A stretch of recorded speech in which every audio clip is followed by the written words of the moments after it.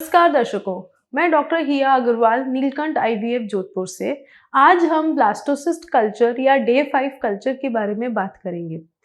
पहले से ही आईवीएफ चलता आ रहा है, पर आज की आधुनिक टेक्निक्स में जिसमें से एक ब्लास्टोसिस्ट कल्चर है, आईवीएफ की सक्सेस रेट को काफ़ी बढ़ा दिया गया है। सरल भाषा में बोला जाए तो आईवीएफ को हम टेस्ट ट्यूब बेबी कहते हैं। इसमें क्या किया जाता है कि महिला को 10 बाय 12 दिन के इंजेक्शंस दिए जाते हैं, जिसमें उसके बीज बनाए जाते हैं। जब बीज बन के तैयार हो जाते हैं तो उचित बेहोशी में इन बीजों को बाहर निकाला जाता है और फिर पुरुष साथी के शुक्राणु के साथ मिलाकर भ्रूण बनाए जाते हैं। अगर इन भ्रूणों को 3 दिन तक विकसित किया जाए लैब में, तो उसको डे 3 ट्रांसफर या डे 3 एम्ब्रियोस कहा जाता है। उस एम्ब्रियो को या उस भ्रूण को अगर हम गर्भाशय में ट्रांसफर उसी समय कर दें तो हम इसको डे 3 ट्रांसफर कहते हैं। पहले से आईवीएफ में हमारे पास यही टेक्निक थी कि हम तीसरे दिन तक ही भ्रूण को विकसित कर सकते थे, तो पहले तीसरे दिन के ट्रांसफर ही किए जाते थे। तब आईवीएफ की सक्सेस इतनी ज़्यादा नहीं मानी जाती थी।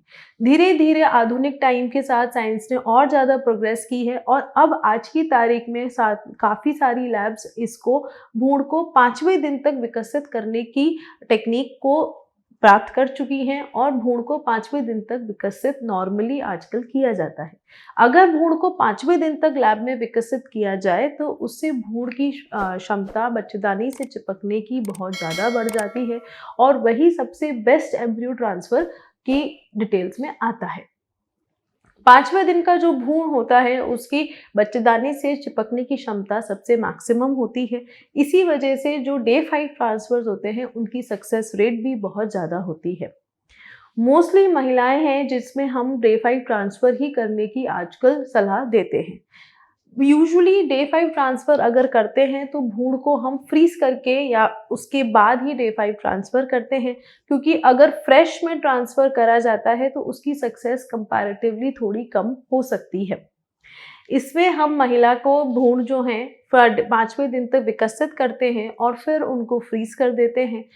1.5 से 1.5 महीने तक उनको अप्रॉक्सिमेटली इंजेक्शंस और दवाइयाँ दी जाती हैं, जिससे इनकी बच्चेदानी की क्षमता बढ़ जाती है और फिर इन्हीं भ्रूण को पिघलाकर डे 5 ट्रांसफ़र किया जाता है, जिसको हम ब्लास्टोसिस्ट ट्रांसफ़र कहते हैं। ऐसे में आईवीएफ की सक्सेस मैक्सिमम से मैक्सिमम की जा सकती है। ब्लास्टोसिस्ट ट्रांसफ़र का एक बहुत बड़ा एडवांटेज होता है कि उसमें अगर हम ट्रांसफ़र करते हैं तो हम 1 या 2 भ्रूण ही ट्रांसफ़र कर सकते हैं और प्रेगनेंसी की सक्सेस रेट को कम भी नहीं होता है।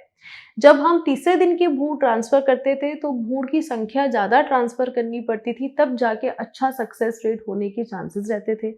जब ब्लास्टोसिस्ट ट्रांसफ़र करते हैं तो 1 या 2 भ्रूण से ही ट्रांसफ़र कर दिया जाता है। मोस्टली लोग 1 भ्रूण ट्रांसफ़र करते हैं, तो उससे ट्विन्स होने की संभावना भी काफ़ी कम हो जाती है। पेरेंट्स के लिए और सब क्लिनिशियंस के लिए, दोनों के लिए ही ट्विन्स की संभावना बहुत ज़्यादा कॉम्प्लिकेटेड प्रेगनेंसी कर सकती है। इस वजह से हम नॉर्मली ब्लास्टोसिस्ट ट्रांसफ़र में एक भ्रूण को ट्रांसफ़र करना प्रेफ़र करते हैं और इससे हम ट्विन्स के चांसेस भी कम कर सकते हैं।